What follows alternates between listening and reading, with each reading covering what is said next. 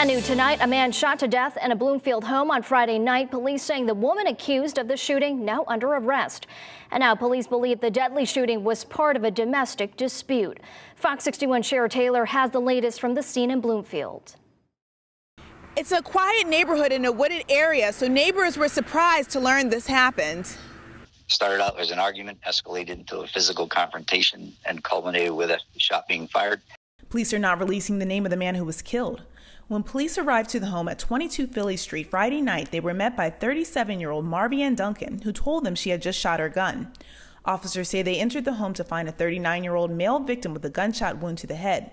He was taken to the hospital but did not survive.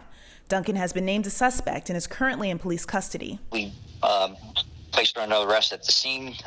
Right now, our detective unit is working with the state's attorney's office as far as for formal charges. The captain says the two were in a relationship. Police confirming a child in the household was placed with a relative.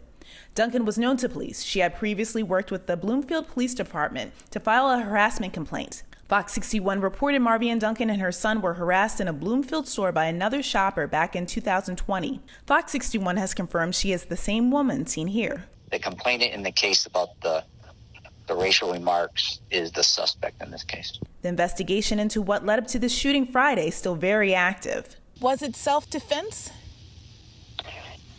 I don't have any information as to ascertain or make a definite statement on that. Police are still investigating the incident. Police say Duncan requested to be taken to the hospital and has not been arraigned. Police say they're in contact with the court system to determine if they're going to do a bedside arraignment. Reporting in Bloomfield, Shara Taylor, Fox 61 News. Detectives are working with the state's attorney office to figure out the exact charges Duncan will be facing.